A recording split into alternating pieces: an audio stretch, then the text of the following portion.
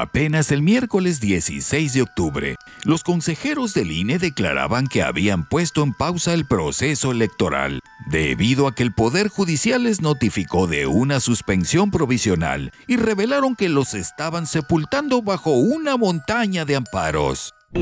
Pero en este momento estamos esperando que las resoluciones lleguen y surtan los efectos correspondientes. Sí estamos en esta como pausa en lo que se resuelve judicialmente. Consejero, ¿cuántos amparos van que han llegado al INE? Mira, teníamos un número, voy a darte el número que tengo exacto, puede que sean más, pero bueno, ya hay 80. Ah, caray. Bueno, pues este jueves 17 de octubre, el brazo porril de la presidenta de la Suprema Corte, Norma Piña, volvió a ser de las suyas. La jueza Nancy Juárez Salas concedió una suspensión definitiva contra la reforma judicial y amenazó a la presidenta Claudia Sheinbaum con hasta 9 años de cárcel si desacata el mandato judicial. Hoy por primera vez, una jueza federal ordenó a la presidenta Sheinbaum y al director del Diario Oficial de la Federación, Alejandro López, que eliminen la publicación de la reforma judicial del pasado 15 de septiembre, todavía la hizo el presidente López Obrador. Dio un plazo de 24 horas después de la notificación de la sentencia emitiva para llevar a cabo esta eliminación. La titular del Juzgado 19º Distrito de Veracruz, Nancy Juárez Salas, resolvió que la Presidencia de México incumplió la suspensión provisional que le ordenó no publicar la reforma en el Diario Oficial de la Federación. La jueza federal aseguró que de no eliminarse la publicación de la reforma judicial, se le va a dar vista al Ministerio Público, pues sería el delito de incumplimiento de la orden judicial que está emitiendo. Como apreciaste al principio del video, Guadalupe Tadei, consejera presidente del Instituto Nacional Electoral, ya había revelado que el proceso electoral de juzgadores estaba en pausa. Esto debido a que el Poder Judicial la notificó que no podía continuar, debido a una suspensión provisional concedida por el Juzgado 14º de Distrito en materia administrativa. Pero también anunció que si se les notificaba de una suspensión definitiva la acatarían. Este hecho fue confirmado por la consejera Norma Irene de la Cruz. Pues claro que coloca en una situación de extremas acciones que tendría que tomar el instituto. Si esto se suspende de manera definitiva, habrá de acatarse, pero en este momento estamos esperando que las resoluciones lleguen y surtan los efectos correspondientes. Sí, ¿cuál es la complicación? La complicación es justamente la complicación operativa, la toma de decisiones, la toma de acuerdos, la elaboración de reglamentación que también tiene que ser propia, por ejemplo, en materia de fiscalización, y eso lleva tiempo. Definiciones muy técnicas que se tienen que tomar y que estamos en este momento, incluso hemos sido tan correctos en el actuar con estas órdenes de juzgados que la comisión temporal de seguimiento a este proceso no ha sido instalada porque sería un acto oficialmente celebrado por el instituto. Tampoco instalamos la comisión, la mesa de coordinación con el Senado de la República y con el Consejo de la Judicatura del Poder Judicial, que teníamos el compromiso de hacerlo. Ustedes están enterados de eso porque hay intercambio de comunicación y de información pues prudente en estos momentos que debemos de tener con ambas instancias, el Consejo de la Judicatura y el Senado de la República, y eso también está en espera. Yo espero que muy pronto tengamos definiciones. Entonces, obviamente estamos en este proceso de análisis y hasta que formalmente nos digan si podemos continuar con los trabajos o no, lo estaremos haciendo. Entonces, sí estamos en esta como pausa en lo que se resuelve judicialmente qué instancia y si aplican las suspensiones o no, eso por un lado, y por el otro estamos haciendo este análisis de los documentos que se acaban de publicar. ¿De quién están esperando la respuesta? ¿Del Tribunal Electoral o del Pues Poder hay Judicial? varias, pues mire, es que hay varias vías. Una tiene que ser, evidentemente, el juicio que presentamos ante la Sala Superior. También se supone que ya en estos días la Suprema Corte estará resolviendo la consulta a la que le dieron entrada. Entonces hay varios ámbitos en los que se tendrán que resolver y estamos esperando a que nos notifiquen formalmente. aunque el amparo que dio origen a la suspensión emitida por la jueza Nancy Juárez Salas es improcedente contra una reforma constitucional. Es entendible que los consejeros del INE no se arriesguen a desacatar un ordenamiento judicial, toda vez que estos no poseen fuero que les permita evadir la cárcel y las sanciones económicas. Y es que el Poder Judicial los está acribillando con una lluvia de amparos. Nosotros estamos atendiendo lo que nos compete, siendo muy respetuosos, porque también si no, también somos objeto de sanciones. Habla de multas, incluso en los amparos se habla de multas, sanciones económicas. Consejero, ¿cuántos amparos van que han llegado al INE? Mira, teníamos un número, voy a darte el número que tengo exacto, puede que sean más, pero bueno, ya hay 80. Ah, caray.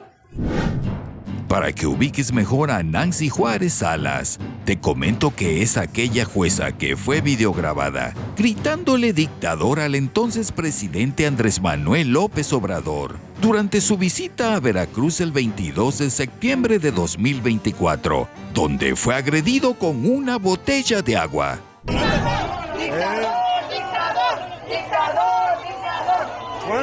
¿Cuánto dictador hay que el día de hoy se pueden protestar a sus anchas? Exactamente. Pero bueno, mientras más grita mi dictador, pues más se evidencia la ignorancia. Si Juárez viviera con nosotros estuviera. Si Juárez viviera. Mientras el Poder Judicial se sigue resistiendo a perder sus privilegios, en la 4T, 2 ministras han alzado la mano para participar en la elección de junio de 2025. Se trata de Yasmín Esquivel y Lenia Batres. Ambas han manifestado estar deseosas de contar con el voto de la ciudadanía para seguir sirviendo como ministras. Y según algunos medios, entre ellas se encuentra la próxima presidenta de la Suprema Corte. Competir por el cargo de ministra ahora que ya se abrió esta convocatoria. Pues estamos ahora esperando, efectivamente, como ustedes saben, el día de antier la aprobó aquí el Senado de la República, la convocatoria a los poderes judiciales para que estos a su vez integren los comités de evaluación y se publiquen las convocatorias respectivas.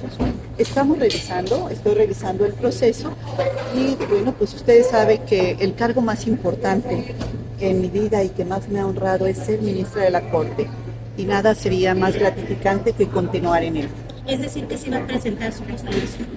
Bueno, tenemos los que estamos ahorita en funciones, jueces, magistrados y ministros, tenemos un pase automático a la boleta.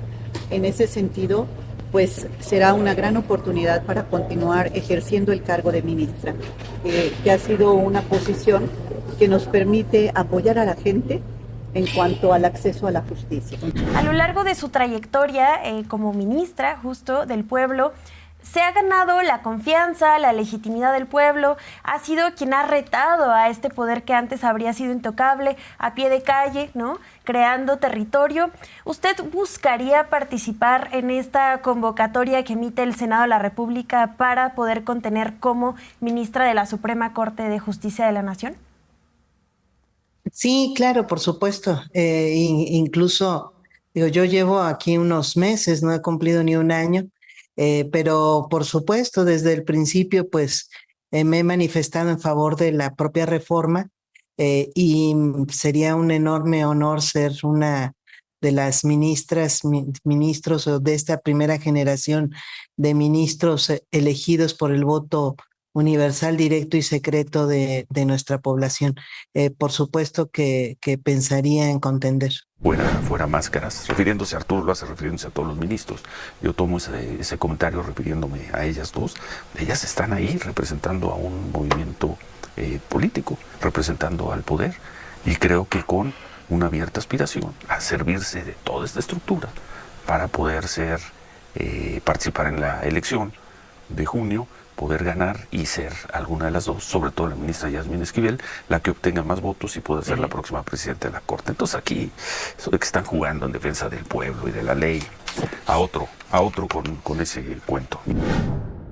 Según algunos opinólogos, Yasmín Esquivel cuenta con el apoyo de Palacio Nacional para llegar a la presidencia de la Suprema Corte. Este jueves 17 de octubre, el Senado develó una inscripción en el Muro de Honor para conmemorar la lucha, aportación y participación de las mujeres en la democracia de México. Y las invitadas de honor fueron Mónica Soto Fregoso, presidenta del Tribunal Electoral, Guadalupe Tadei, presidenta del INE, y por parte de la Suprema Corte debió estar presente Norma Piña, pero en cambio la invitada de honor fue Yasmín Esquivel. Relativa a la leyenda a las sufragistas que nunca se rindieron ni abandonaron la lucha por la libertad que hoy motiva nuestra presencia en este pleno. Damos la bienvenida a quienes hoy nos acompañan en el Presidium y que nos honran con su presencia.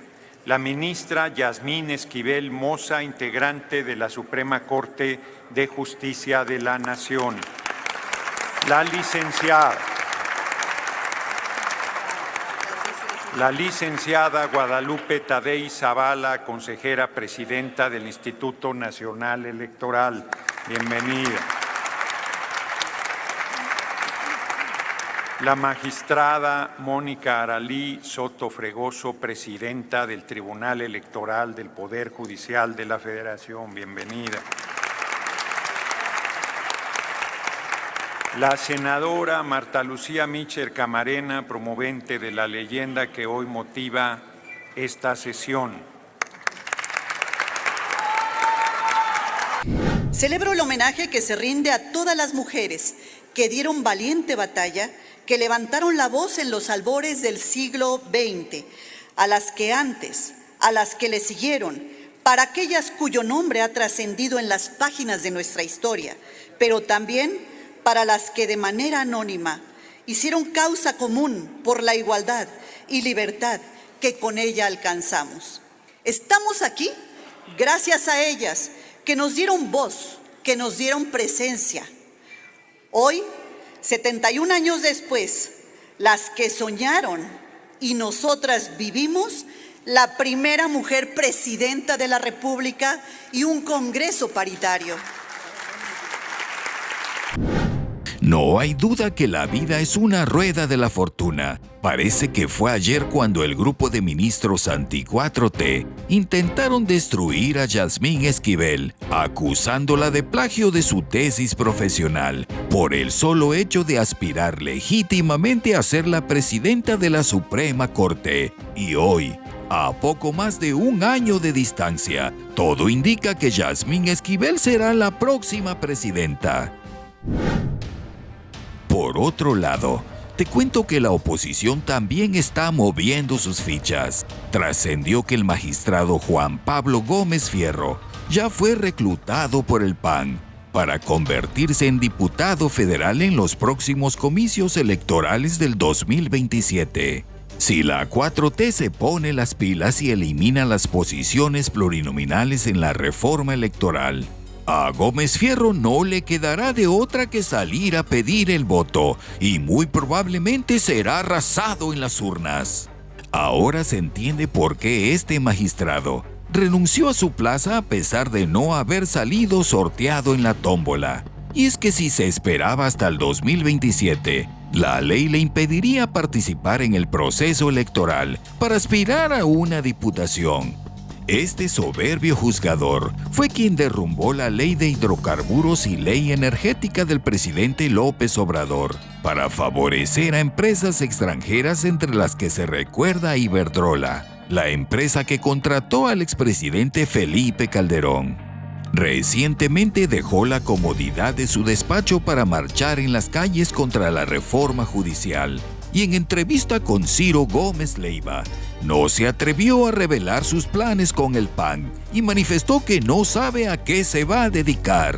El tema de la reforma judicial, tenemos entendido, cimbró allá dentro del Poder Judicial, porque una de las figuras más simbólicas de lo que fue la resistencia a las ofensivas, a las agresiones del presidente López Obrador durante el sexenio pasado fue el juez, luego magistrado federal, Juan Pablo Gómez Fierro, y ayer difundió una carta diciendo: que se retira de eso. Sustancialmente sí, Ciro, sustancialmente sí, él se retira y pues prácticamente con efectos inmediatos. Al mes de noviembre, él al último día de octubre deja su cargo de magistrado de circuito del Consejo de la Judicatura Federal. Pero ¿por qué una decisión tan radical, Juan Pablo? Gusto en saludarte.